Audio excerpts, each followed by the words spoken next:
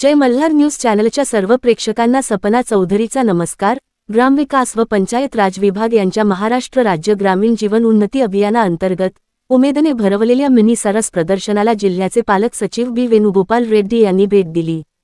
छत्रपती शिवाजी महाराज नाट्यमंदिर लगत असलेल्या डोममध्ये भरवण्यात आलेल्या प्रदर्शनातील महिला बचत गटांच्या महिलांनी बनवलेल्या आगळ्या वेगळ्या खाद्यपदार्थाचा स्वाद घेत त्याची बनविण्याच्या प्रक्रिया आणि त्याच्या मोठ्या शहरातील मार्केटिंगसाठी काय मदत होईल याबाबत त्यांनी अधिकाऱ्यांशी संवाद साधला। मिनी सरस ग्रामीण सृजनशीलतेत चेहरा असलेल्या या प्रदर्शनात त्यांनी स्वत मोहाच्या फुलापासून बनलेल्या पौष्टिक लाडूंची खरेदी देखील केली।